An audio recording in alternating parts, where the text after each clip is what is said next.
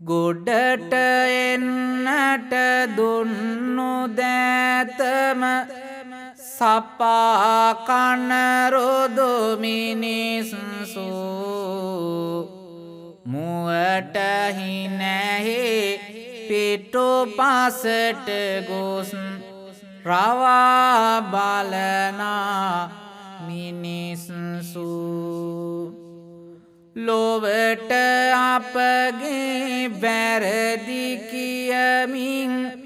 ළඟම දැවටුණු මිනිස්සු හමු නොවේවා මතු සසරෙවත් අපට එවැනි මිනිස්සු